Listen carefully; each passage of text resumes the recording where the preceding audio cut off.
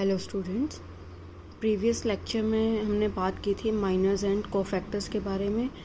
आज हम उसी टॉपिक से रिलेटेड कुछ इम्पॉर्टेंट बातें करेंगे।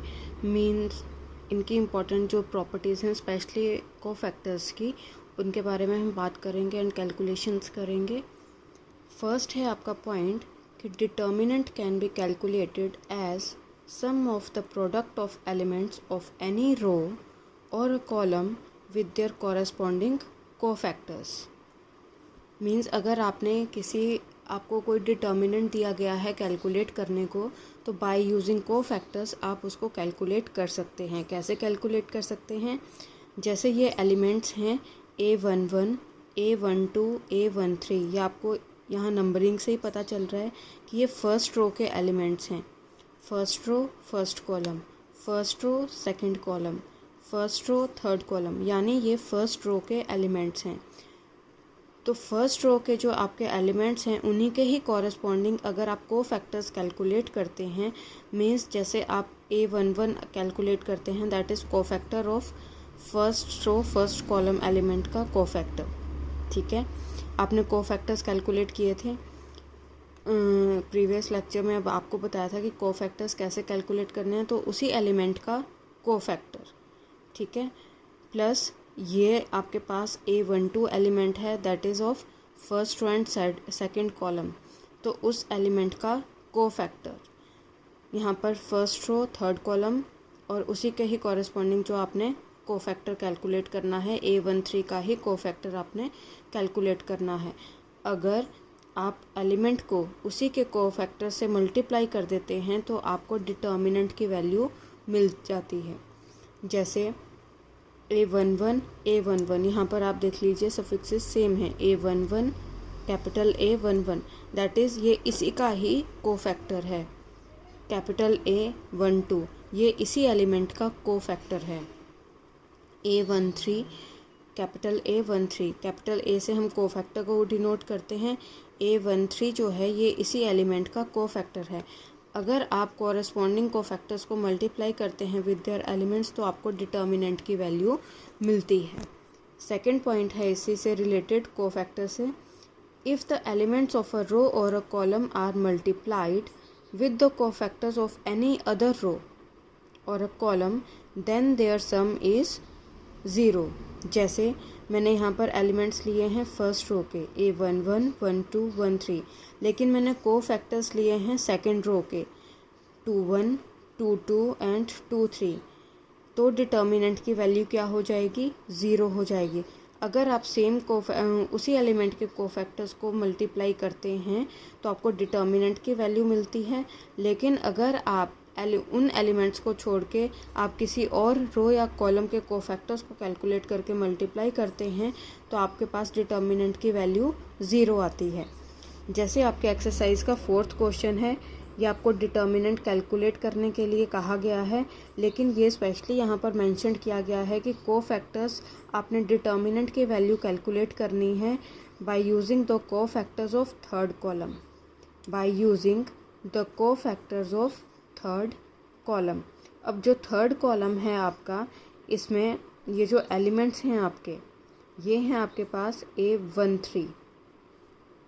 ठीक है, A13 क्या हुआ आपके पास? YZ। A second row third column, ये हुआ आपके पास ZX। A33 is equal to XY, ये इसके थर्ड कॉलम के ये एलिमेंट्स हैं। ठीक है, अब इन्हीं के ही कॉरेस्पॉन्डिंग आपने कोफैक्टर्स कैलकुलेट करने हैं। जैसे A13 आपने इसका कोफैक्टर कैलकुलेट करना है, इस एलिमेंट का आप कोफैक्टर कैसे कैलकुलेट करेंगे? जैसे आपके पास 13 है तो capital A13 equal to -1 raise to power 1+3, और इसी के ही कॉरेस्पॉन्डिंग आप वर्टिकली और हॉरिजॉन्टली जो हैं एलिमेंट्स को डिलीट कर देंगे।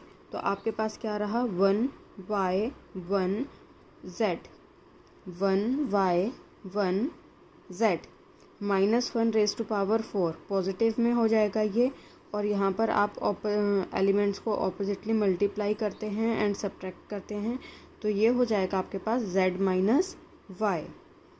इसी तरह से आप सेकंड एलिमेंट को उसके कोफैक्टर को कैलकुलेट करेंगे। जैसे आपने ZX का कोफैक्टर कैलकुलेट करना है, तो इसके आप हॉरिजॉन्टली और वर्टिकली एलिमेंट्स को डिलीट कर देंगे तो आपके पास रहा 1x1z 1x1z -1 + 3 क्योंकि यहाँ पर कोफैक्टर जब हम कैलकुलेट करते हैं तो -1 करते हैं, यहाँ पर -1 + 3 मीन्स वो कौन से रो और कौन से कॉलम का है एलिमेंट। 2 + 3 -1 माइनस आता है एंड ये क्या आ जाएगा आपके पास z - x, और अगर मैं माइनस साइन को मल्टीप्लाई कर दूँ तो ये हो जाएगा आपके पास x - z। Now A33 equal to -1 3 + 3 और इसी के कॉरस्पॉन्डिंग वर्टिकली और हॉरिजॉन्टली आप डिलीट कर देंगे तो आपके पास आएगा 1x1y। तो ये आपके पास हो जाएगा y - x और -1 कितना हो जाएगा, ये -1 दैट इज़ प्लस हो जाएगा एंड y - x। ये elements of the third column are, ये मैंने आपको बता दिए थे थर्ड कॉलम के एलिमेंट्स, एंड इसी के ही कॉरस्पॉन्डिंग कोफैक्टर्स को आपने मल्टीप्लाई करना है। जैसे आपने A13 एलिमेंट लिया है तो उसके कॉरस्पॉन्डिंग कोफैक्टर होगा capital A13 plus A23 into capital A23, A33 into capital A33 means element का कोफैक्टर, उसी एलिमेंट का कोफैक्टर अगर आप मल्टीप्लाई करते हैं तो आप ये वैल्यूज़ यहाँ पर डाल देंगे।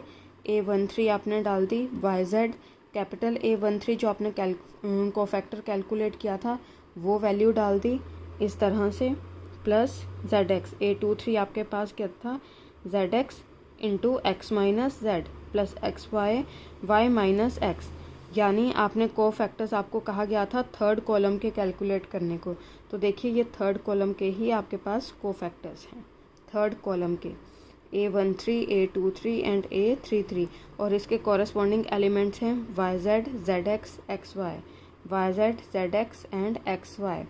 अगर आप कोफैक्टर्स सेकंड कॉलम के लेते, एलिमेंट्स इसी एलिमेंट के इसी कॉलम के, और कोफैक्टर्स अगर आप सेकंड कॉलम के लेते तो आपके पास डिटर्मिनेंट की वैल्यू क्या हो जाती, 0 हो जाती। यहाँ पर देखिए यही ये प्रॉपर्टी है, अगर आपने डिटर्मिनेंट कैलकुलेट करना हो तो आपके पास सेम होना चाहिए, मतलब उस एलिमेंट का कोफैक्टर मल्टीप्लाई करना है आपने उससे। 12 एलिमेंट का कोफैक्टर कैपिटल A12 उसी एलिमेंट का, जैसे यहाँ पर क्या है 23 है तो 23, 33 है तो 33, 13 है तो 13। अगर आप यहाँ पर कोफैक्टर्स और लेते, जैसे आप यहाँ पर सेकंड कॉलम के ले लेते या फर्स्ट कॉलम के भी ले लेते, जैसे A11 A21 A31, यानी कोफैक्टर्स आप ले लेते फर्स्ट कॉलम के, तो ये डिटर्मिनेंट की वैल्यू क्या हो जाती, 0 हो जाती। तो ये आपने ध्यान रखना है कि अगर आपको कहा जाए कि आपने इस कॉलम के कोफैक्टर्स यूज़ कर डिटर्मिनेंट, तो आपने उसी कॉलम के कोफैक्टर्स यूज़ करने हैं डिटर्मिनेंट कैलकुलेट करने के लिए। अगर आपको रो के लिए कहा जाए तो आप उस रो के पहले एलिमेंट्स लिख लीजिए और उसके बाद उस रो के हर एक एलिमेंट का कोफैक्टर कैलकुलेट कीजिए और एलिमेंट को उस कोफैक्टर से मल्टीप्लाई कर दीजिए, तो आपके पास डिटर्मिनेंट की वैल्यू आ जाती है। अगर आप किसी और कोफैक्टर को मल्टीप्लाई करते हैं, किसी और रो या कॉलम के कोफैक्टर को मल्टीप्लाई करते हैं, तो डिटर्मिनेंट की वैल्यू आपके पास 0 हो जाती है। फिर से एक बार देख लीजिए, this is very very important properties. Determinant can be calculated as the sum of the product of elements of any row with their corresponding cofactors। आपने ध्यान रखना है सेम सफिक्सेस होने चाहिए। डिटर्मिनेंट कैसे, A11 है तो कैपिटल A11 होना चाहिए, 12 है तो कैपिटल A12 यानी उसी एलिमेंट का कोफैक्टर, A13 कैपिटल A13, ये आपके पास सेम होने चाहिए। दूसरा है आपके पास, if the elements of a row or a column are multiplied with the cofactors of any other row और a column then there sum is 0। जैसे ये एलिमेंट्स लिए हैं फर्स्ट रो के और कोफैक्टर्स ले लिए हैं सेकंड रो के, 21 22 और 23, तो डिटर्मिनेंट की वैल्यू क्या हो जाएगी, 0 हो जाएगी। अब यहाँ पर फोर्थ क्वेश्चन की हमने बात की थी, इसका आपने डिटर्मिनेंट कैलकुलेट करना है by using the cofactors of third column. सबसे पहले तो आप एलिमेंट्स लिखेंगे थर्ड कॉलम के, A13, A23, A33, यानी कोफैक्टर्स आपके पास क्या होने चाहिए, capital A13, capital A23, capital A33। आपने कोफैक्टर्स कैलकुलेट किए, वैल्यूज़ डाली इसमें एंड कैलकुलेशन सिंपल मॉडिफाई कर दिया, इसको थोड़ा सा मल्टीप्लाई वगैरह कर दिया, तो ये आपके पास रिजल्ट आ गया। इस तरह से ये दो प्रॉपर्टीज़ थी आपकी रिलेटेड टू कोफैक्टर्स। अब एक नया टॉपिक है आपके लिए, that is adjoint of a matrix. Adjoint of a matrix ये होता क्या है, adjoint of a square matrix, specially ये स्क्वायर मैट्रिसेस के लिए ही है। जैसे कोफैक्टर्स और माइनर्स भी आप कैलकुलेट कर रहे थे तो उसमें भी स्क्वायर मैट्रिसेस का ही यूज़ था, यहाँ पर भी एडजॉइंट की जब हम बात करेंगे तो भी स्क्वायर मैट्रिक्स का ही यूज़ होगा। The adjoint of a square matrix capital A equal to AIJ, square matrix है तो ऑर्डर सेम ही होगा, मीन्स 3/3, 2/2, P/P, इस तरह से n/n लिया है यहाँ पर, is defined as the transpose of the matrix capital AIJ n/n, where AIJ is the cofactor of the element AIJ। Adjoint of a matrix को किससे डिनोट करते हैं, एडजॉइंट ऑफ A से, ADJ लिखते हैं and capital A, that is matrix adjoint of A। जैसे for example मैंने 2/2 की मैट्रिक्स ली है, capital A is equal to 1 2 3 4, ये मैंने मैट्रिक्स ली है 2/2 ऑर्डर की। यहाँ पर मैंने हर एक एलिमेंट को मेंशन कर दिया है पहले, जैसे A11 मेरे पास क्या है 1, A12 क्या है 2, A21 क्या हुआ 3, A22 क्या हुआ 4। सारे एलिमेंट्स जितने भी, अगर आपके पास 3/3 ऑर्डर की मैट्रिक्स है तो भी आपने सारे एलिमेंट्स लिखने हैं उसके कि नंबर, जैसे आप एलिमेंट्स को लिखते थे कि A11 आपके पास इतना आता है, A12, A13, 21, A22, A23, इस तरह से आपने सारे एलिमेंट्स लिख लेने हैं। उसके बाद आपने हर एक एलिमेंट का क्या करना है, कोफैक्टर निकालना है। जैसे आपने A11 का कोफैक्टर निकालना है, A11 का आप कोफैक्टर कैसे कैलकुलेट करेंगे, ये देखिए A11 का, तो यहाँ पर तो जैसे मैंने कहा था जब आप कोफैक्टर कैलकुलेट करते हैं तो डिटर्मिनेंट जो होता है वो एक ऑर्डर कम हो जाता है। तो यहाँ पर आपके पास ये 2/2 ऑर्डर की मैट्रिक्स है तो आपके पास जो ऑर्डर होगा डिटर्मिनेंट का वो 1/1 के ही रह जाएगी। जैसे यहाँ पर -1 रेज़ टू पावर 1 + 1, हर एक एलिमेंट का आपको कोफैक्टर कैलकुलेट करना है। और रहा क्या आपके पास 4, यानी एक ऑर्डर, ये 1/1 का डिटर्मिनेंट हुआ ना, 1 ऑर्डर का डिटर्मिनेंट, 4 एलिमेंट, ये मॉडुलस भी नहीं है, दैट इज़ अ डिटर्मिनेंट, ये है आपका डिटर्मिनेंट। -1 का स्क्वायर पॉजिटिव में कन्वर्ट हो जाएगा ये चीज़, और 4 एज इट इज़ ही आ जाएगा, क्योंकि जैसे अगर आप 2 का डिटर्मिनेंट लें तो 2 ही आएगा, ठीक है। अगर आप -1 का डिटर्मिनेंट लें तो -1 आएगा आपके पास, ठीक है। अच्छा, हर एक एलिमेंट का मैंने कहा आपने कोफैक्टर कैलकुलेट करना है। अब जैसे आपने A12 का कैलकुलेट करना है, A12 आपके पास क्या है 2, तो देखिए जैसे आपने A12 का कैलकुलेट किया तो आपके पास क्या रहा 3 डिटर्मिनेंट -1 रेज़ टू पावर 1 + 2, हर एक एलिमेंट का। अगर आपके पास 3 ऑर्डर का डिटर्मिनेंट है, 3 ऑर्डर की मैट्रिक्स है, तो आपने तब भी हर एक एलिमेंट का, तो आपके पास 9 जो होंगे, अगर 3 ऑर्डर की है तो उसमें एलिमेंट्स कितने होंगे, 3 3 ज़ा 9 एलिमेंट्स के आपने कोफैक्टर्स कैलकुलेट करने हैं। यहाँ पर आपको 4 एलिमेंट्स के कोफैक्टर्स कैलकुलेट करने पड़ रहे हैं। अगर 3 ऑर्डर की होगी तो आपको 9 आपको कोफैक्टर्स कैलकुलेट करने पड़ेंगे।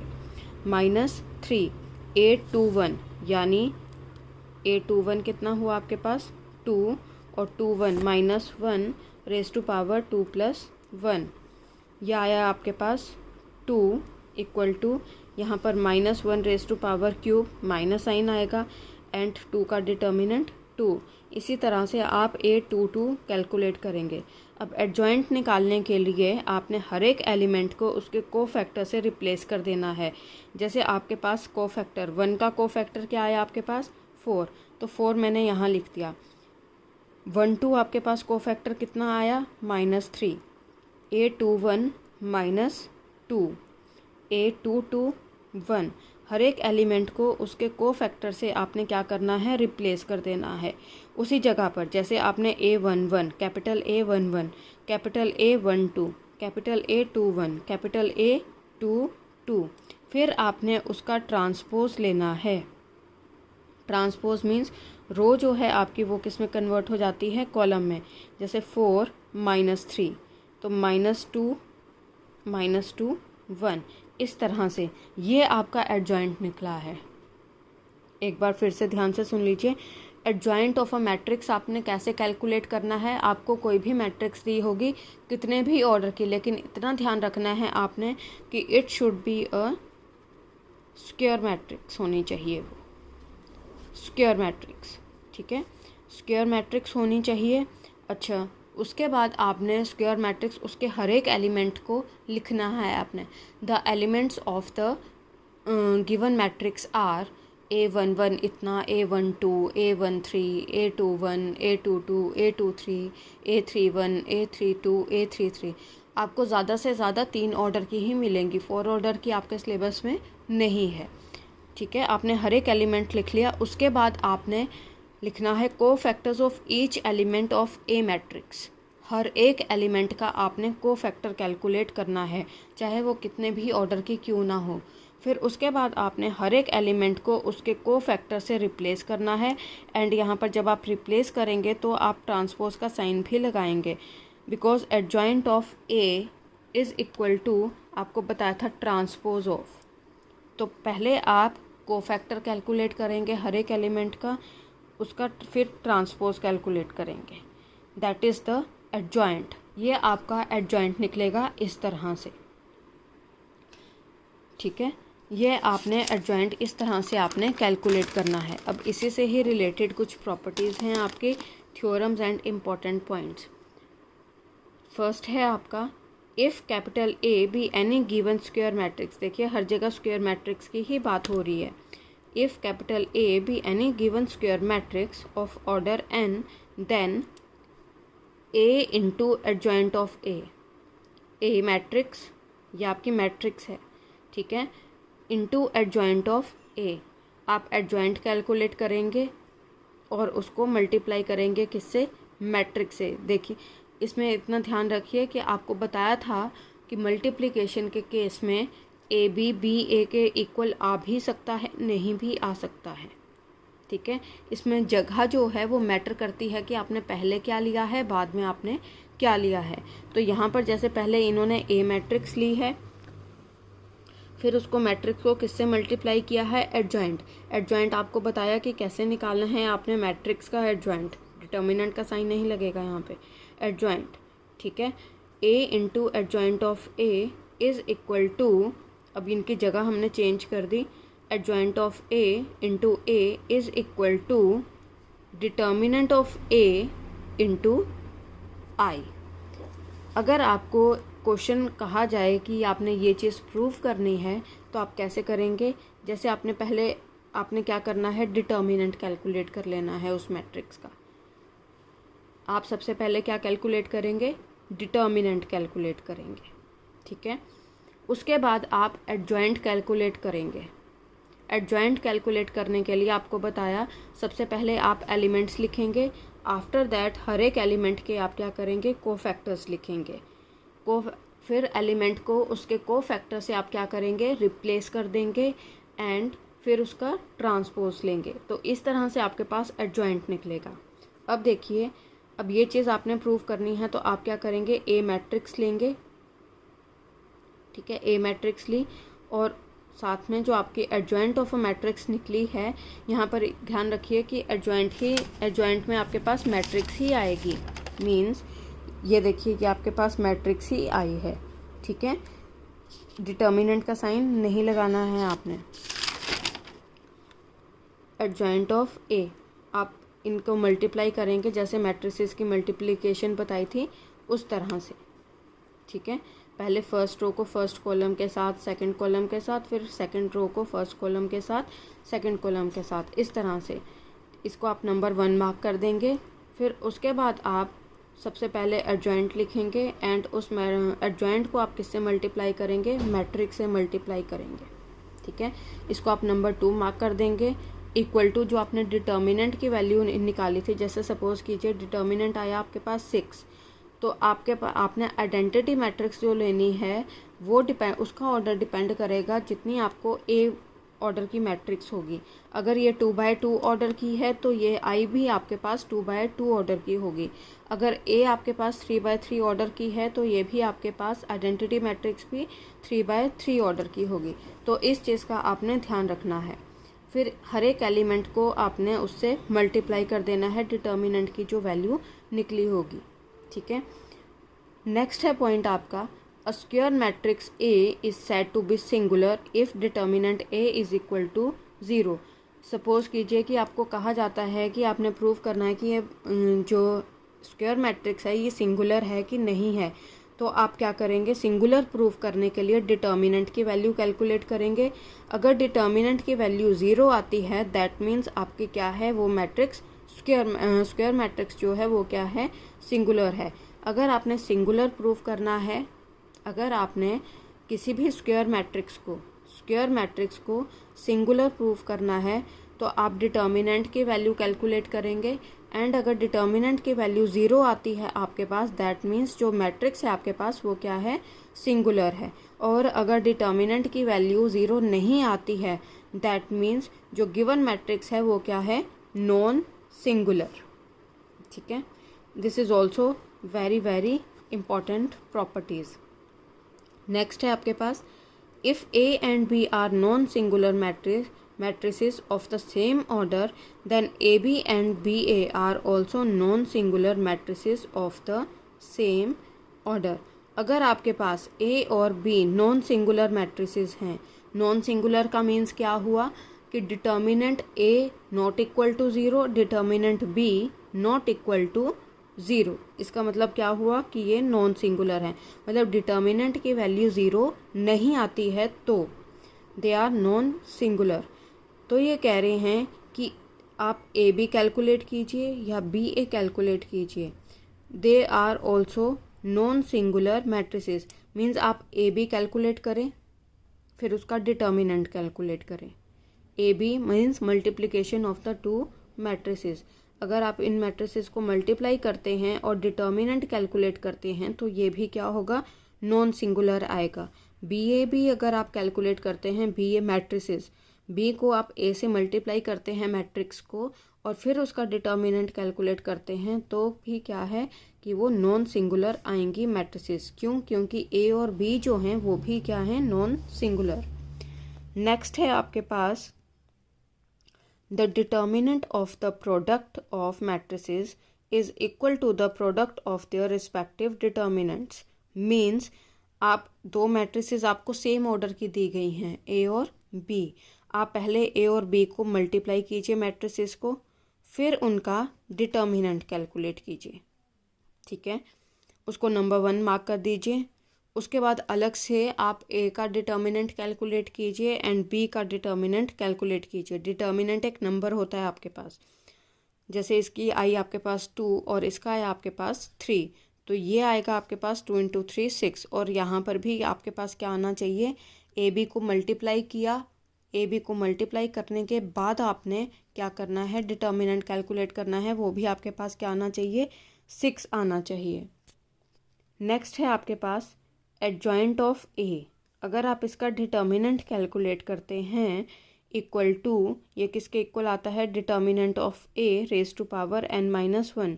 मीन्स ये जितने ऑर्डर की, जैसे ए मैट्रिक्स है वो आपके पास 3 ऑर्डर की होगी तो डिटर्मिनेंट रेज टू पावर ये यहाँ पर क्या आ जाएगा, 3-1। n जो है वो ऑर्डर है मैट्रिक्स का।